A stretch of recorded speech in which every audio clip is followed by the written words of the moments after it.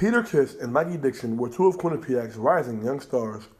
Dixon, the 2016-2017 MAC Rookie of the Year, averaged just over 16 points per game this past season to lead the Bobcats in scoring. Kiss, who earned first-team All-Rookie honors this season, put up more than 13 points a game and had 5 rebounds per contest. Dixon and Kiss were also two of the 5 players who elected to transfer from the Quinnipiac men's basketball program this season. You might think that this is a Quinnipiac problem, but stats have shown that this is a nationwide trend in Division I men's basketball.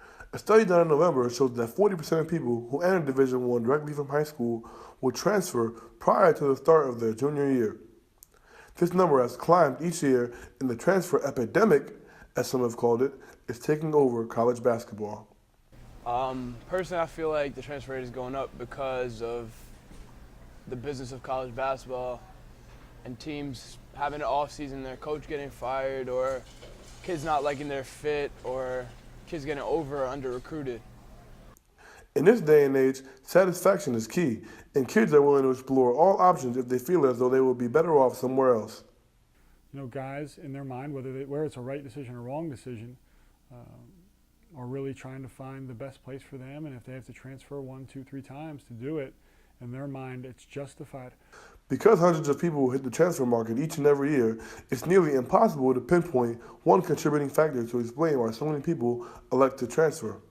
Obviously, be for like a coaching change or like a coaching switch over, or maybe not even that. It could just be it might just be a better opportunity, somewhere else for guys. I feel like it's not just one pinpoint thing. Like it could be many different reasons for why people transfer schools and look to pursue their dreams and their career in a different environment.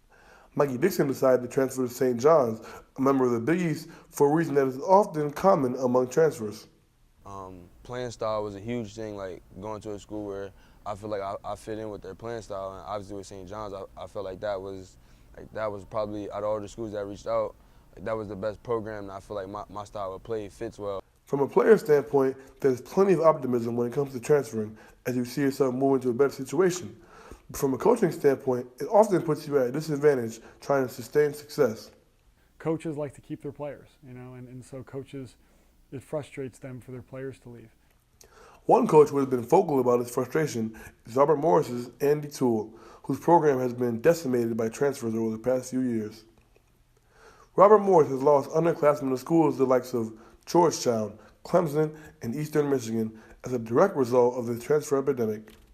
I truly believe successful programs are run based on relationships and based on trust.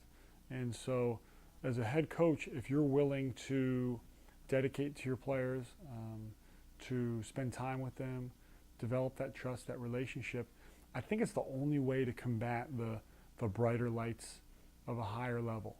Whether you're a player, coach, or just a casual fan, you will have to get used to seeing some new faces around your team.